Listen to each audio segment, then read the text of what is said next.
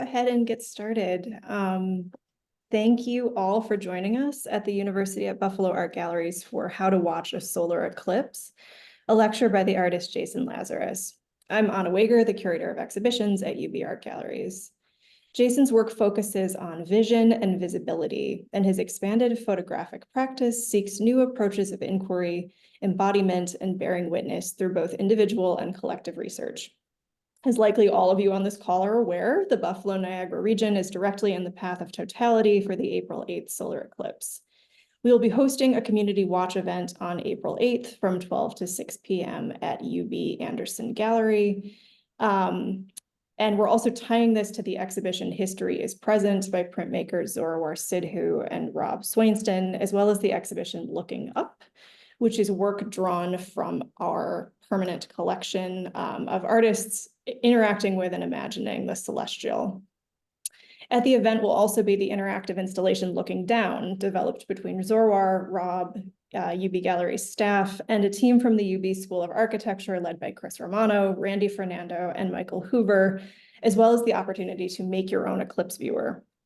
We are encouraging folks on April 8th to arrive to us by means other than by car, and are viewing this as an event for the University Heights neighborhood and UB South Campus in particular, or those who want to travel to us by walking or biking or bus or other means, both because we will have no parking available and also because the county executive is asking folks to limit in-city driving, and we want to be respectful for that.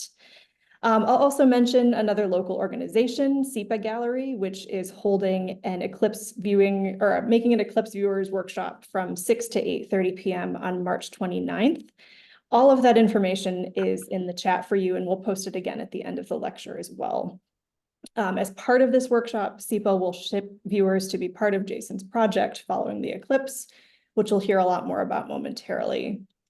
Wherever you experience the eclipse, I know that Jason's research and insights will be useful to you. And so I'm going to turn it over to Jason Lazarus. Thanks, everyone. Okay, let me share screen. Takes me just a second to get this right. Thanks so much for hosting me. I wish I could be there in person, and jealous of your geographic location. For those of you who are hanging out in the Zoom in the minutes leading up to the talk, I just wanted to relay that the video that you were watching was artist Gina Osterloh. This work is called Press and Outline from 2014. So I'm excited to share this lecture with you. It continues to grow. For now, I'll simply introduce myself as an artist and educator who for the past years has been making work about vision and visibility. I'm really looking forward to a Q&A at the end as the lecture continues to evolve. Long ago, in the city of Corinth, in ancient Greece, a young maid traced the contour of her lover's face on the wall. The man was leaving on a long trip, or depending on the telling of it, war. She engineered a way to preserve his image, and with the help of a lamp, she cast the shadow of his profile and used it as a guide and traced it on the wall, and that is how painting was born. This is a story told by Pliny the Elder. In Western culture, Pliny was an important writer of antiquity.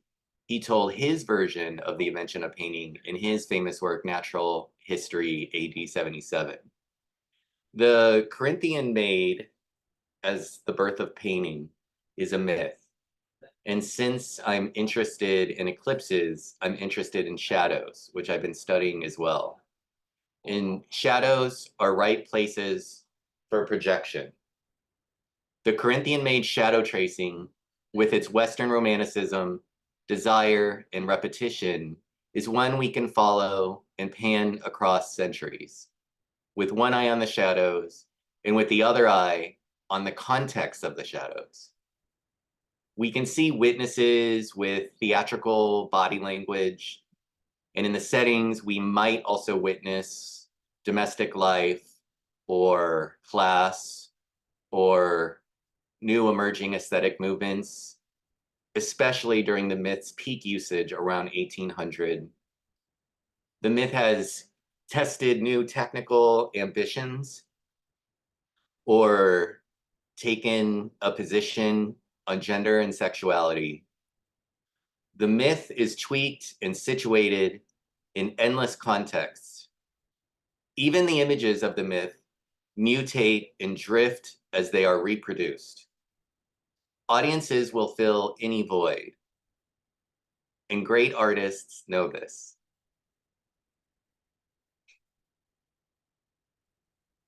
This is how a moon causes a total solar eclipse or a partial eclipse, depending on your location. The shadows falling on the Earth during an eclipse are either full or what's called umbral, or partial or what's called penumbral. Umbra is Latin for shade. Eclipses are a miracle of chance. The sun is 400 times wider than the moon, and the sun is 400 times farther away than the moon. And it's this mathematical intimacy that means we can experience a total solar eclipse, but the moon is continuously drifting away from Earth at a rate of 1.5 inches per year, the same rate that your fingernails grow. The umbral shadow, as it travels, creates the path of totality, which is on average 10,000 miles long and 100 miles wide, with its shadow changing from a near perfect circle into an elongated oval as it rounds our spherical body. Eclipse cycles extend into our deep history and into our deep future. The paths seen here are the equivalent of a solar snapshot. If you never travel for a solar eclipse, a total eclipse will only meet you directly where you live once every 375 years. Part of the reason for this lecture is to whisper this in your ear while you are exactly the age you are right now, this minute, to map a total solar eclipse experience onto your remaining years. Because of this moon's snail-paced drift away from the Earth over time, in the future, there will be no total eclipses, only an annular eclipse or ring of fire eclipse, as seen on the right.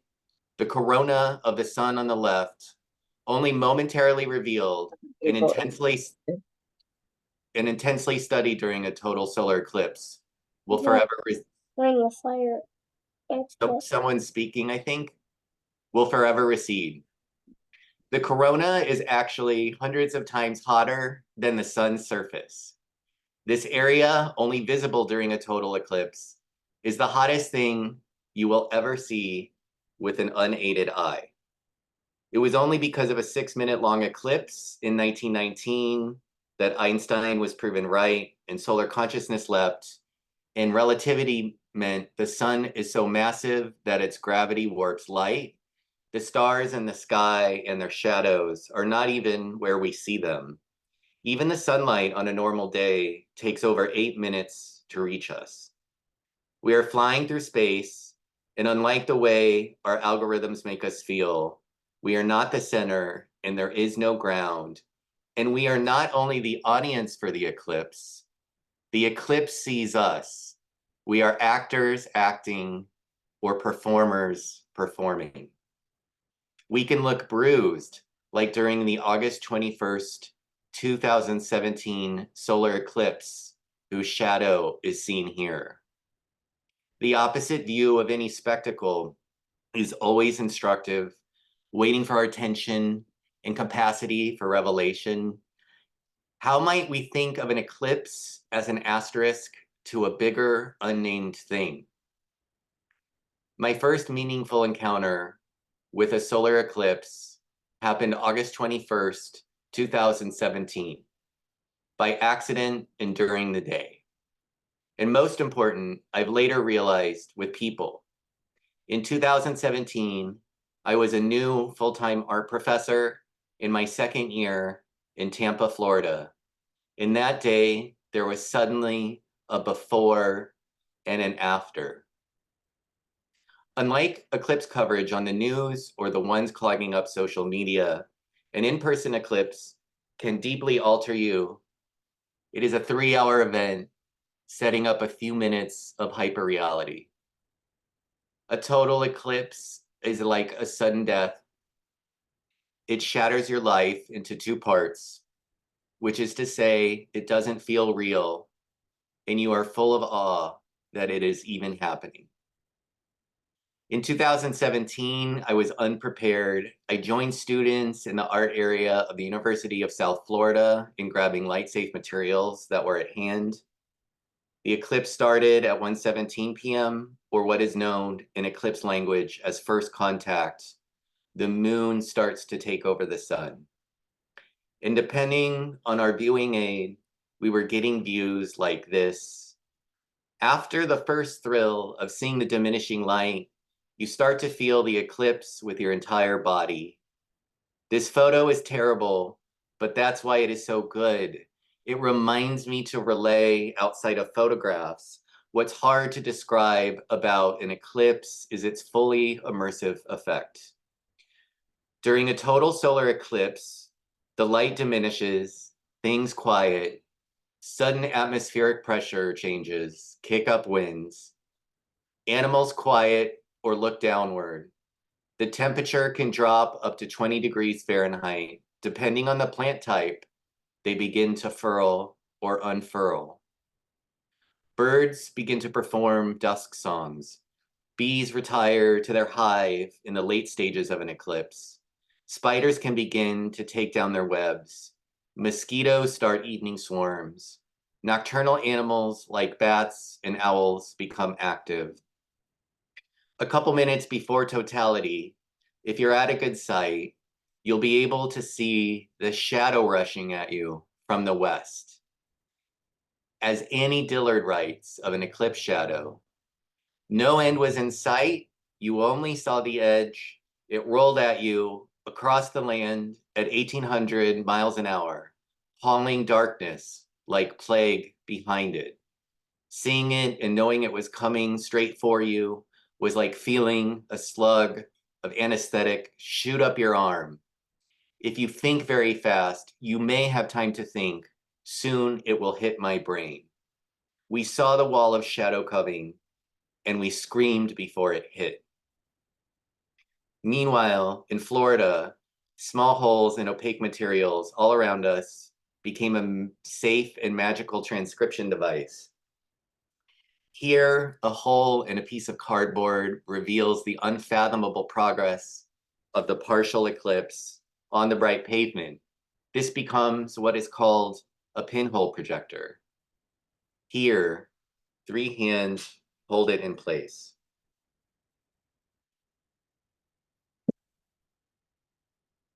Small gaps of light in the spaces between tree leaves also act as living pinholes, multiplying the growing eclipse into hundreds of crescent shadows on the ground. We were standing on solar maps. Some were monitoring the view of a total eclipse simultaneously happening elsewhere in the country in our woodshop office. Right before an eclipse, your surroundings will not only look gray. If you wear red, it will lose color, while green will look very bright against the dim. Color theory is embedded and embodied in an eclipse. At 2:49 p.m., the partial solar eclipse, which reached only 81% totality in Tampa that day, peaked, and over the next 85 minutes, slowly receded. We never reach what's called second contact. The moon fully eclipses the sun.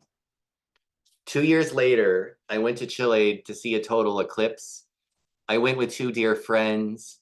The eclipse brought us together after many years apart, and our relationship deepened, but the trip was expensive. The eclipse is a commons, like the air we breathe. Many things operate to degrade our eclipse commons. Light pollution, travel and lodging price gouging, eclipse research behind paywalls, and watermarked eclipse images. These are part of an eclipse too. Here are 2 moments from that eclipse I tried to steal with my phone, which struggled. I also didn't see any handmade eclipse viewers in use. Solar eclipse glasses, ubiquitous in the Elqui Valley, where we were hunkered down, were about $1 everywhere through the many vendors around us. This is the back of an eclipse photo I found on eBay and collected years ago. I can't remember what the front looks like. I've had it like this for so long. I don't really need to show you what a partial or full eclipse looks like. They've been made since photography's inception. The pictures are all over the internet and on social media. The professionally made images, most circulated, are almost always too sanitized and perfect, and not really what this lecture is about, or what eclipses feel like, or where their value ends. This is one of my favorite photos made of an eclipse, shared with me recently by artist, friend, and colleague Adam Farkas. They made this picture when they were a child. Amateur photography of the eclipse vibrates in a special way. These images are the most poignant in something I now find myself looking for. Back in Tampa, during the receding of the partial eclipse, I started to become distracted by the handmade eclipse viewers some students had made being used all around me. Here, there is speed and urgency in the tape lines. Notice the viewing doors underneath the fingertips on the image on the right, made to help block the light while holding the dark chamber up to your eye. I saw the most elemental view of seeing in the solar system. It's all right there. It was during the eclipse that I feel like a student again. These doors are a punk view into the solar system. And for a moment, I thought of this device not as the margin of the eclipse, but as a kind of center. I started to keep one eye on the receding eclipse and another one on all the handmade viewers. I made this pic on the fly with my phone. I was becoming preoccupied with the solar tilt everyone was using to catch the eclipse. This tilt was animating. There is a certain physical dance of movements to finding the right angle to get the moment of illumination inside. And like a photo developing in front of you in a dark room, a jolt runs through you when a growing eclipse suddenly appears like a gem. As the eclipse ended, I asked all those around me if I could keep their used eclipse viewers, and thankfully everyone said yes. To me, a handmade eclipse viewer has a kinship to a protest sign. Concepts that are large and complex and ineffable become real and body-sized and intimate and clear. I've made multiple projects where I have pursued intimacy in subjects that were overwhelming, including dissent. These signs were made with workshop participants who picked a protest sign found online as a digital image and recreated it by hand, again, for physical installations that span time zone and hemispheres. Another subject, mental health. Here are humming white noise machines used by therapists to mask private conversations in public office settings. Here is an untitled work from 2019 featuring a figure leaning forward and low, whose shape was sourced from an unattributed photograph on Getty Images, with the caption, "Peering through the Berlin Wall into the eastern sector near Checkpoint Charlie." This shape reveals one of the hundreds of body postures one can extract when surveying original Berlin Wall reportage of the gaps and cracks in the Berlin Wall that became apertures, attracting and contorting bodies, refracting tentative, desperate, or anxious seers. Our bodies have a lot to teach us about seeing and vision. And here, privacy and surveillance. This is a collection made over 3 years of over 200 used webcam covers found through friends, strangers, and online. In the handmade eclipse viewers, as I later reflect, I was honing in on what I think of as a core erotics.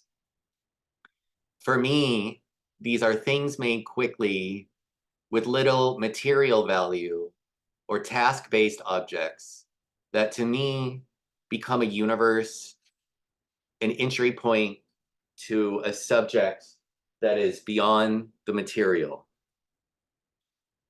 You can discover your core erotics when you track what you respond most viscerally to pre and post language over time.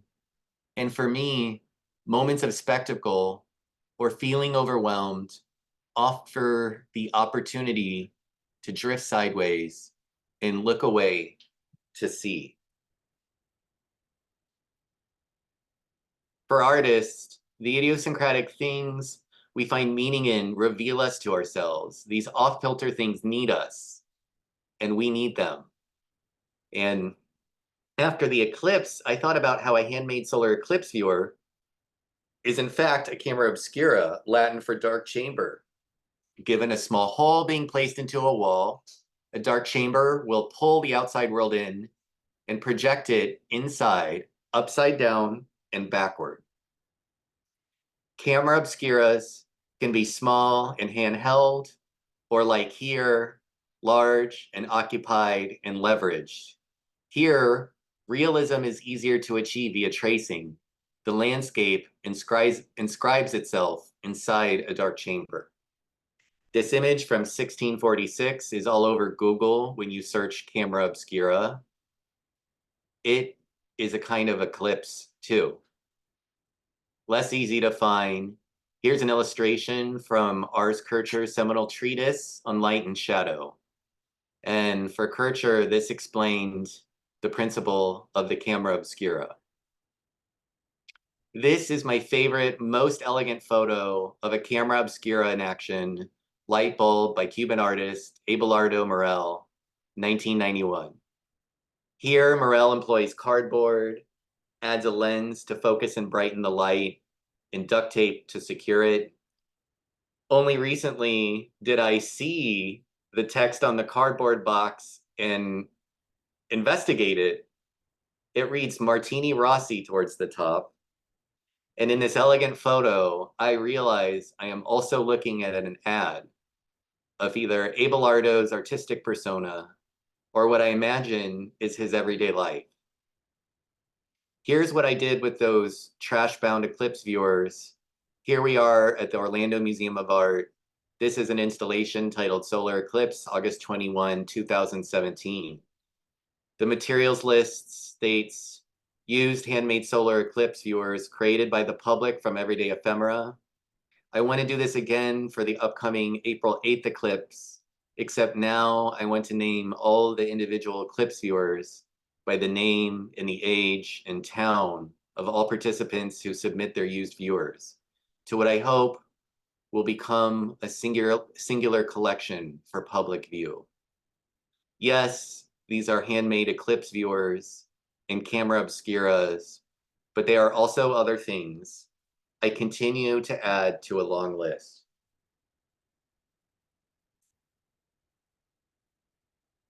These objects, to me, are my favorite kind of photographs. They are beloved snapshots, objects that embody the desire to see. They catapult everyday materials around us and are simultaneously launching pads in everyday lives left behind. Since November of last year, in preparation for the upcoming eclipse. All the everyday materials I encounter become possible solar eclipse viewers. I collect possibilities and see poems in empty containers all day long.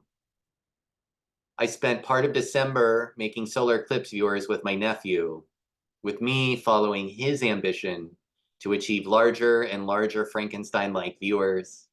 I noticed we were creating diptychs and triptychs and beyond. A kind of concrete poetry was forming. This past October, I was reinvigorated, experiencing a partial eclipse from my driveway in Tampa. I was startled that I almost missed it. I used my coffee lid as a pinhole projector. In the image on the left, my mouth is barely removed from the bottom left rim. When I look up the next solar eclipse, I see it's on Monday, April 8th, 2024. Total solar eclipse pathways are rare, silent ribbons that march over us. And because I lose track of things that I love, I decided to make this lecture and prepare for April 8th and spread panicked excitement. And since October of last year, I look for the eclipse everywhere. And I try to keep track of all the places I find it. And I find it indirectly, daily. I've started to think about artworks that have nothing to do with an eclipse, but I see them anew through the lens of one. Here is Nari Ward's Amazing Grace, one of his most iconic works. Amazing Grace was produced as part of his '93 residency at the Studio Museum in Harlem in response to the AIDS crisis and drug epidemic of the early '90s. And for this installation, Ward gathered more than 365 discarded baby strollers, commonly used by the unhoused in Harlem, to transport their belongings, which he bound with twisted fire hoses in an abandoned fire station in Harlem.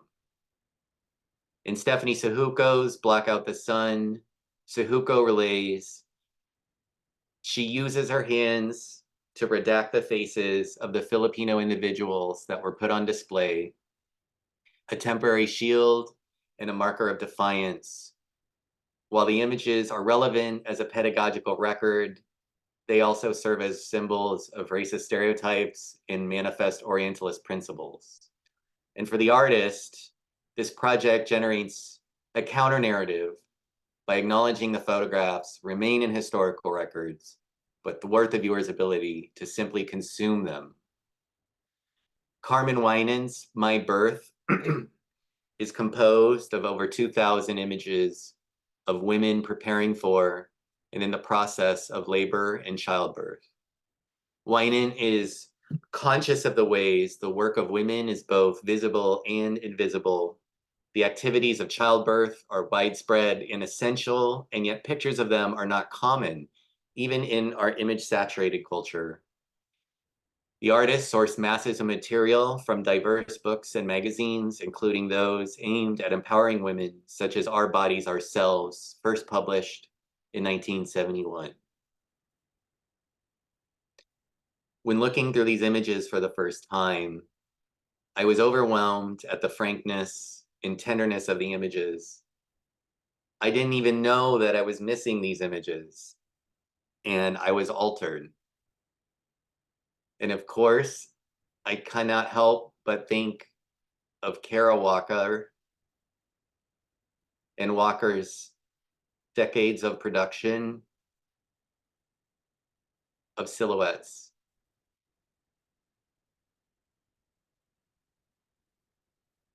Nicholas Galanin is an artist and musician from Alaska. Their work often explores a dialogue of change and identity between native and non-native communities.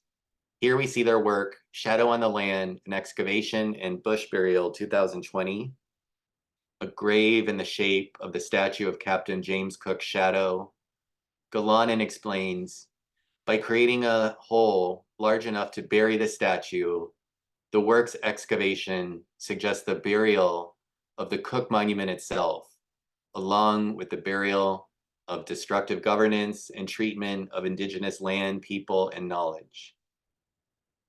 Third contact is the point in an eclipse after totality where the moon slowly starts to reveal the sun again. I've been thinking of this as a decoupling, and it has helped me to think about how art works on me, or perhaps on us. The moment of estrangement after encountering art or totality lingers and radiates deeply long after everything else goes back to normal. You then carry the estrangement with you, and it still works on you. And this newly informs the way I not only think about art, but politics and death. An eclipse mythology is building up inside of me. Recently, I gave this lecture at a gallery, and one of the paintings hanging there reminds me of the interiority shift that happens after witnessing an eclipse or processing art. It is this feeling I am currently preoccupied with. There is a glimmer of recognition here in this painting. A possibly mythical tale. In 1503, Christopher Columbus was shipwrecked in Jamaica. The indigenous of Jamaica, a Spanish colony, and referred to as the Arawak, at first received them well.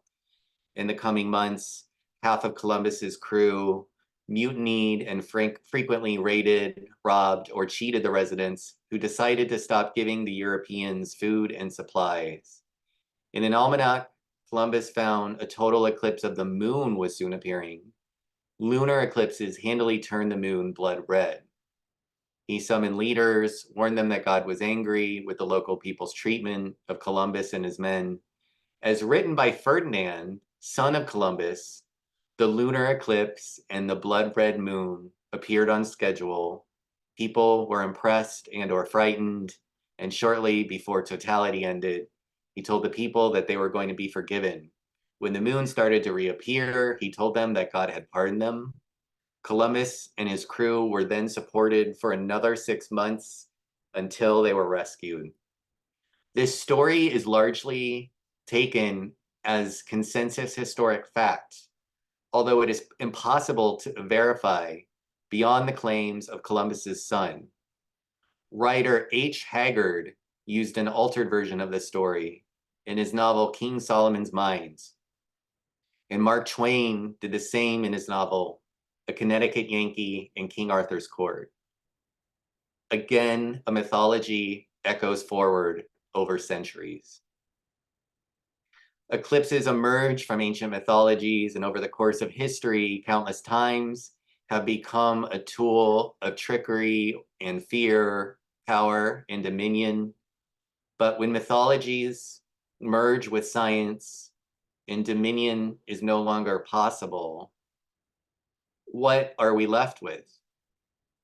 As Annie Dillard writes, the sun was going and the world was wrong. The grasses were wrong. They were platinum. Their every detail shone lightless and artificially distinct as an art photographer's platinum print.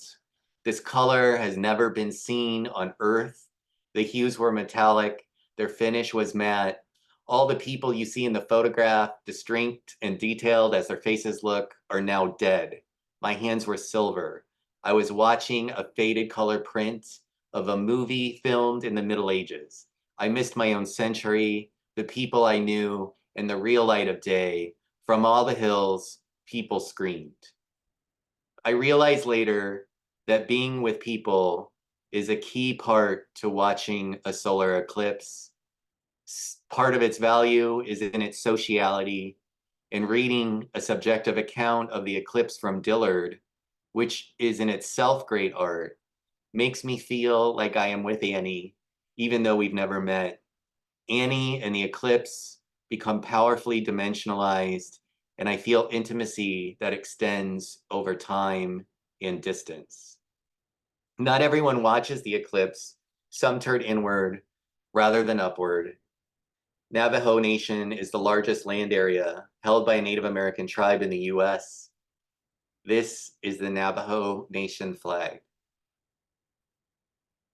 In Diné culture, when an eclipse begins, Navajo elders warn against being out in the sun, eating or sleeping while a solar eclipse is happening.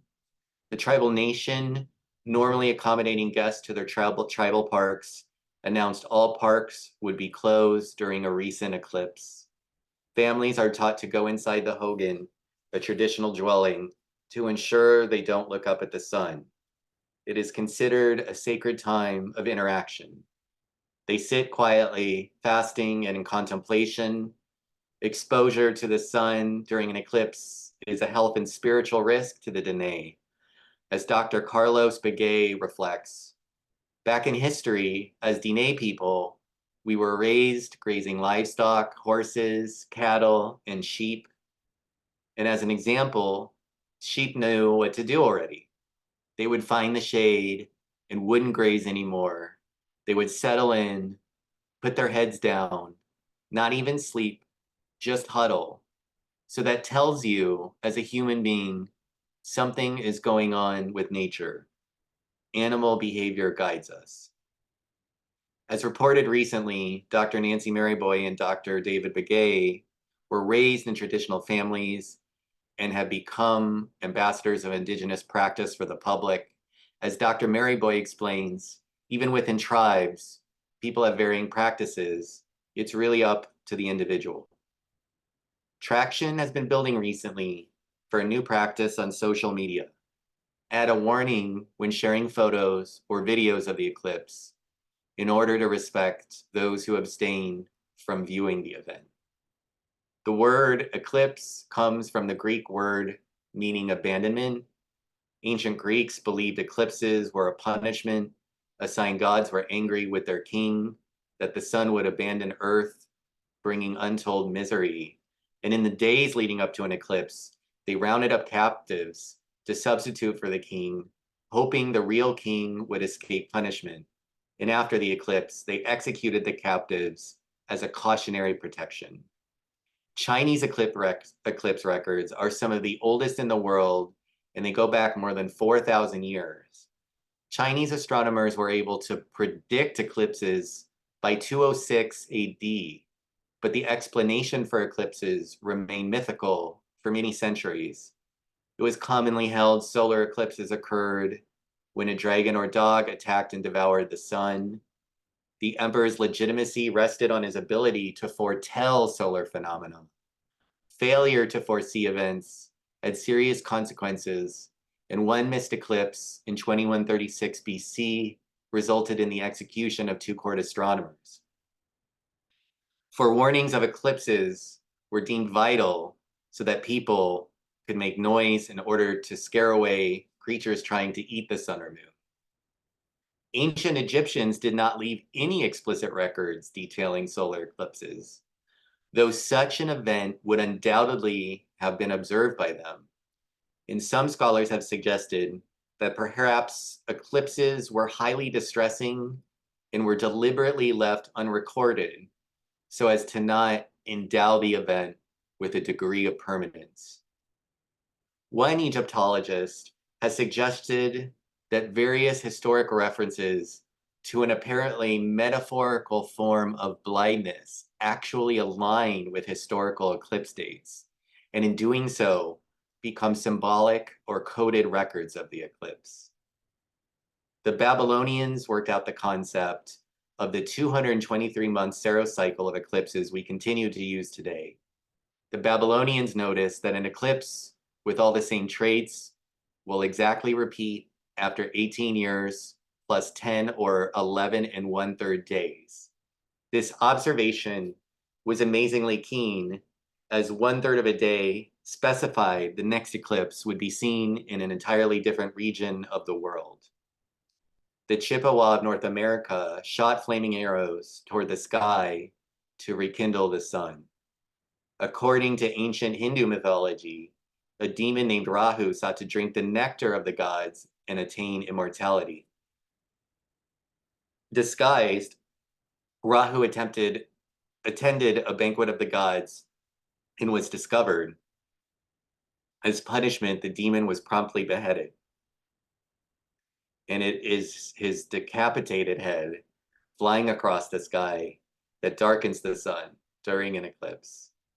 In Japan, Shinto light bonfires and hang glittering jewelry outside on trees to compensate for the darkness brought on by the eclipse.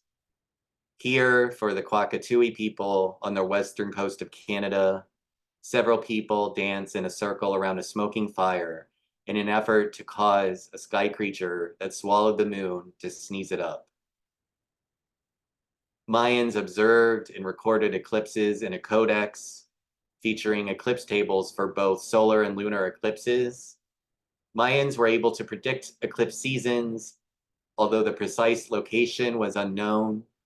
Today, some Mayans still bang pots and pans to make sure the sun and moon release their embrace. The symbol on the left shows a lunar eclipse, the symbol on the right, a solar one. In Norse mythology, Skull is a wolf that chases the sun through the sky every day, trying to eat her. Skull has a brother, Hati. Hati chases Mani, the moon. The tradition and culture and mythology and art erupting from the eclipse over millennia is inexhaustible and instructive and intimate. We watch eclipses with ancestors and generations to come, peoples whose lives were or will be radically different from ours. As eBay reminds me on this bumper sticker, the next solar eclipse, the next total solar eclipse in the lower 48 states is not for another 20 years. For this coming solar eclipse, I'm making a number of viewers, and one of them I'm going to give to my nephew Ryder afterward, so we can use it at our next solar eclipse in 2044. And later, hopefully, he can pass a fragile cardboard viewer to someone I may never meet. I really think of these viewers as sacred vessels of having generational value, as ordinary as they might seem, or delicate as they might be over time. And strangely, I've only seen photographs of everyday items being used to safely watch the solar eclipse, dating as early as the 1960s. This practice must have a deeper history, not well recorded among other things. I continue to hunt for this history. Very recently, I actually found more on eBay, these dating to the 1950s. I am moving backwards in time.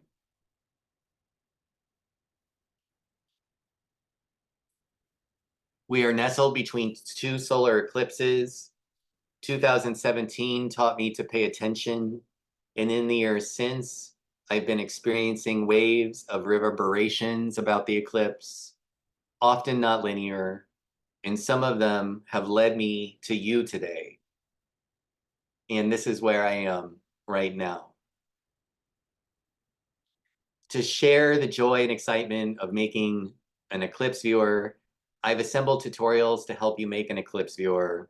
There's also info on the project I'm working on April 8th, 2024, which is a spirited attempt to build the world's largest collection of used handmade eclipse viewers and how to participate.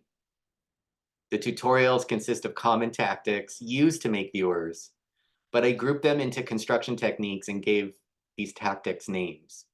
You can access it through a QR code, which I'll show you in a moment. You can simply take a photo of it with your phone to access the QR portal later. Here's an example of what I call the brushing the cheek method, which I prefer less. The aperture and the viewing portal are on the same side of the viewer. You risk blocking the sunlight with your own head, and you have to look farther in the darkness to see the eclipse. The peekaboo method allows a close view. By plotting the viewing portal on the side toward the projection on the far end of the viewer, you have such an intimate view of the growing eclipse projection. The used Eclipse viewers I hope to collect after April 8th will be following in a long tradition of trying to relay something that is beyond words. If you squint at this slide, you can see what this future collection might look like. All the project resources are on my website, jasonlazarus.com. Right now, it's the first gallery when you click on projects. There's a project bibliography that also includes essays and films and video, some of which I've cited in this talk. Thanks for hosting. I'm going to keep this up for like 10 seconds with the QR code to take a quick picture of if you like, or screenshot. And then I'm gonna stop sharing my screen and we can do a Q&A.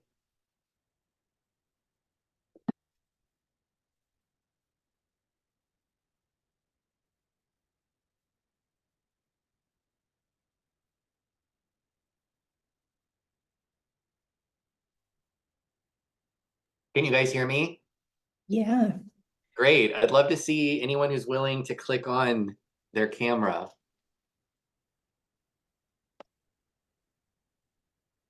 Yeah, so what we can do for the Q&A is if folks want to or feel more comfortable putting things in the chat, that's great. If you want to just, raise your hand on your screen or unmute yourself, any of those options are great. I might just get us started with sort of a general kind of process making artist question. The way you've described the deep history and the deep future aspect of this, I find really moving and sort of terrifying and overwhelming, but in a good way. And I was wondering if you could talk a bit about when you're actually in the moment of the eclipse, how much of that is something you're kind of actively processing? How are you remembering what's happening? How do you then approach that later on? Well, they're so rare that it's like Yeah. hard to kind of come up with a strategy. And I had a question from a student from Tulane, which was like, how as an artist do you watch it when you also want to like document it or make art from it? And my advice was, I mean, artists, it's kind of a very zeitgeist question, right? Am I present for something, or am I simultaneously like filming or photographing or live streaming? And I wonder if we'll get better at sort of that multi-fold way of encountering things. For me, it's very like dizzying. And I feel like my students are much better with this idea of like having multiple browsers open simultaneously, whether that's like literally or metaphorically. And one of the nice things, so doing this lecture, like I really have had the opportunity to force myself to trace a lot of things that I might move more quickly through as an artist, just like as a maker. I find it similar to when you write a big grant or are sending in an exhibition proposal. Like you have to paint a scene, but you also kind of have to trace some bigger ideas that are at play. And I really find that the slide where I mentioned that we're sort of nestled in between two eclipses, 2017 and 2024, is like partially answers your question. Like I kind of tripped into this like little installation that I love, and I've learned a lot about why I work the way I do from it and what that teaches me about myself. And stumbling into this like October moment where I'm like, oh my God, I got to do something, is really where I started to put pen to paper. So, this is the way artists work, like sometimes you're working on instinct and other times you're thinking maybe in much more metaphorical or even strategic ways. And that's all fair game. And you know, doing this homework of the lecture for me has been really eye-opening. Like, I haven't always loved working on this lecture. I've had many critiques with close friends where I haven't always got like, you know, total thumbs up, which I'm really lucky for because it really pushed me. And yeah, so you know, I'll have plenty of time like everyone else between April and 2044 to think about, you know, I will say one more thing. Working on the lecture has made me much less, how do I put this, like ambitious or like thirsty for the solar eclipse viewers. I don't want to say I'm not totally committed and interested, but it's almost like the lecture has like risen up and become paramount to any collections, and it's put less pressure on the collection, which for me is really nice because I think that's a great way to engage people, is when you're more even keel about what the mechanics of something are. Mhm. Yeah, absolutely. Thank you for that.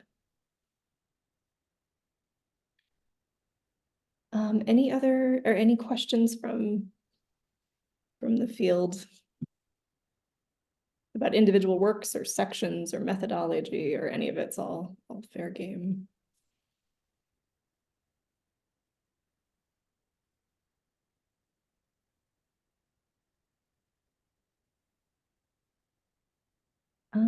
Awesome. Looks like we've got one in the chat. I'll just go ahead and read it.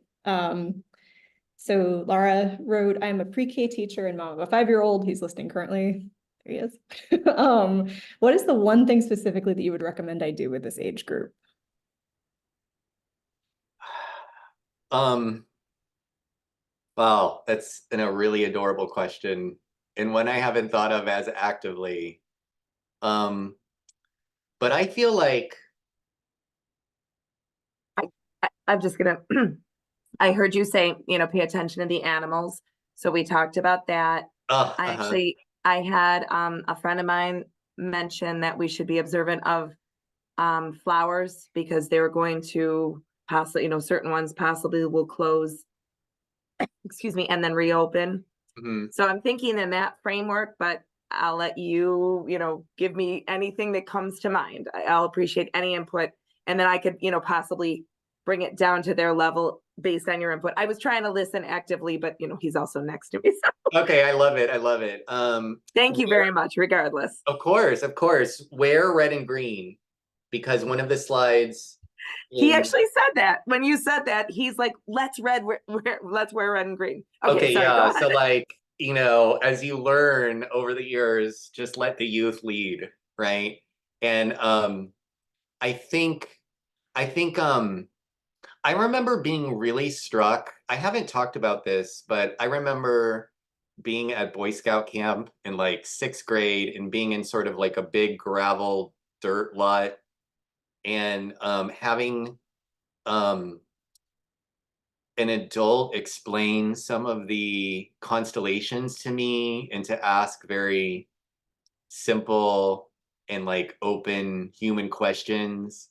And I felt like it was a very, I don't know, that like for that time, he felt like a relative to me or like a cool older sibling who was, I don't know, like the idea of carefully getting down to someone else's level to like look them in the eye, metaphorically, literally, whatever.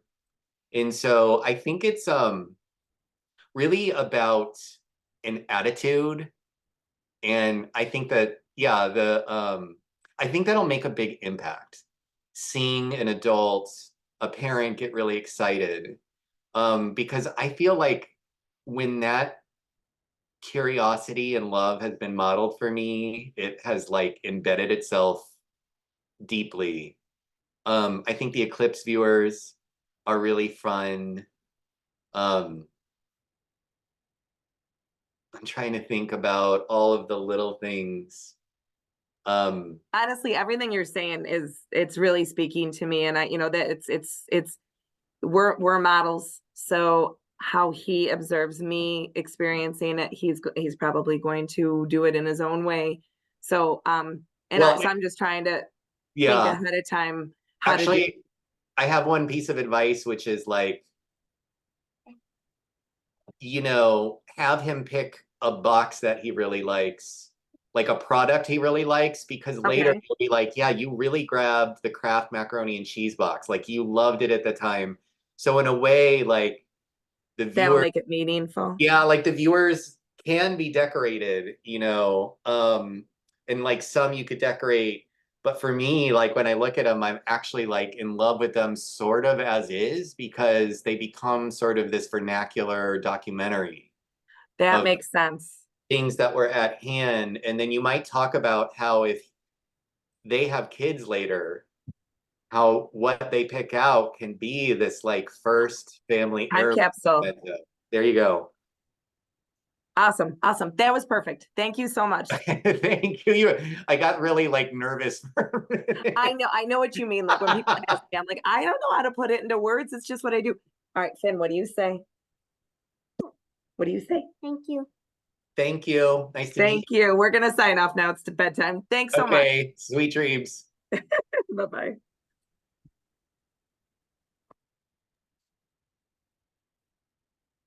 So there's another kind of comment question in the chat about the immediacy of this and about recordings. So agreement that recordings of this would be great to share, but I wonder if there's something about the liveliness or the liveness of these lectures that you've grown to find important. Towards the end, you talked about being here right now at the time of the eclipse. Do you think you'll wait until after the eclipse to share video recordings or never? That's something we actually haven't really talked about. So this is, I would love to hear your thoughts on this. Yeah, I get productive nervousness when I get ready to do these. I have like a little pregame that I do.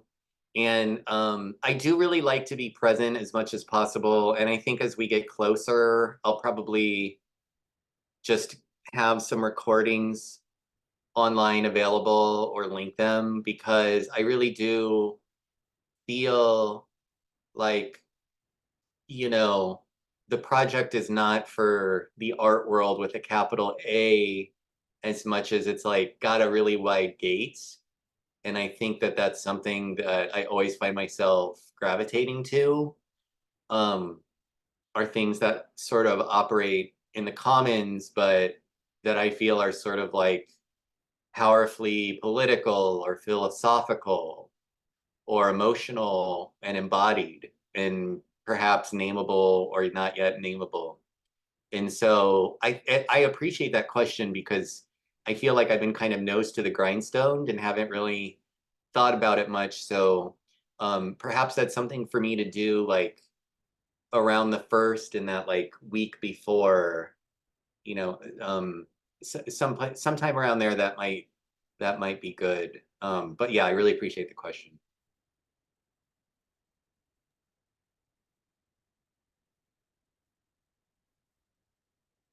I think we have time for another. If there are any final thoughts from folks?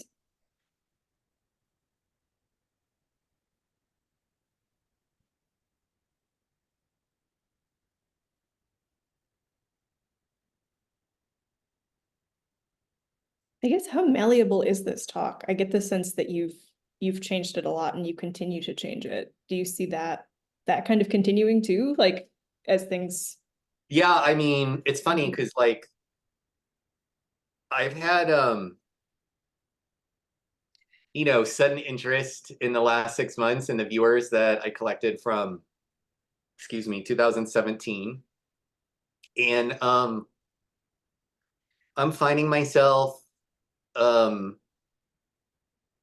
really into, as an artist, like making buckets for information. So for example, like now that this lecture is in like what I call a finely tuned rough version that will keep evolving.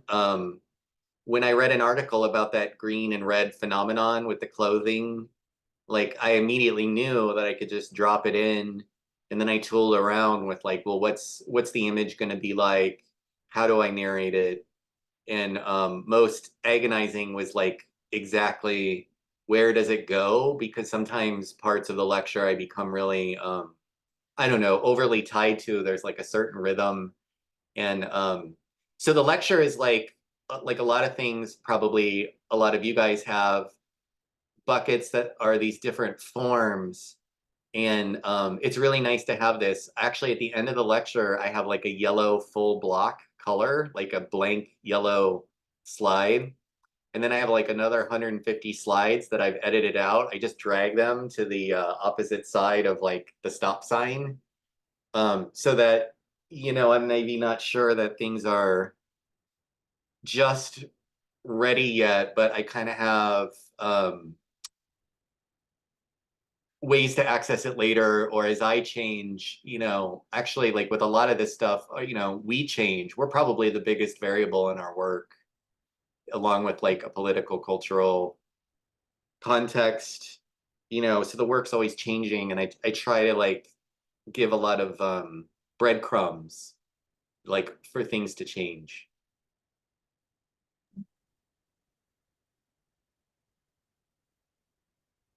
Thank you. Yeah, this has been great. Any last questions before we sign off? I appreciate it. It's on a weeknight. Can you expand on the atmospheric pressure comment? Right, when the eclipse happens, atmospheric pressure changes, and that's what causes winds to suddenly occur. And so, you know, like, of course, a wind is going to be this like beautiful bodily thing that we're feeling as like while we're looking around, and the sun or like the disappearing light is telling us to have our antenna up, our pupils are getting wider. So yeah, I mean, 20 degrees Fahrenheit, that's significant in just, you know, a very short period of time. So yeah, that's the atmospheric pressure change, cause and effect.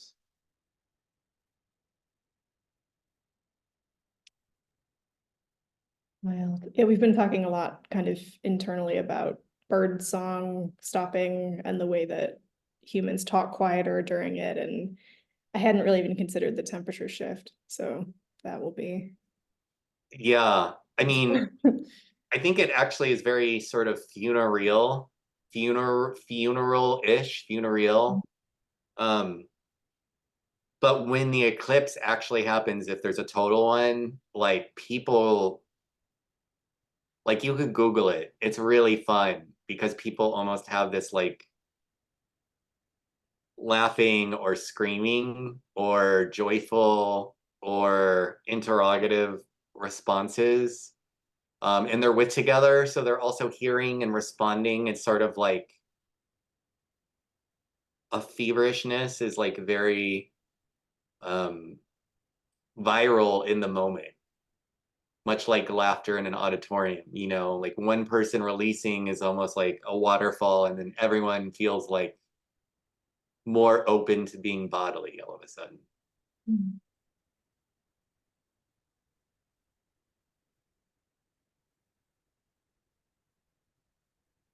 Mhm.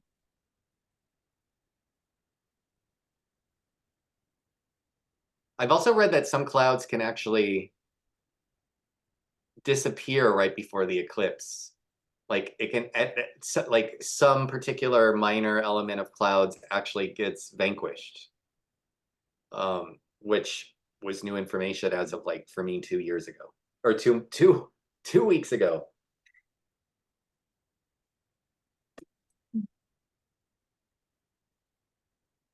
All right. Well, I think we'll end this here.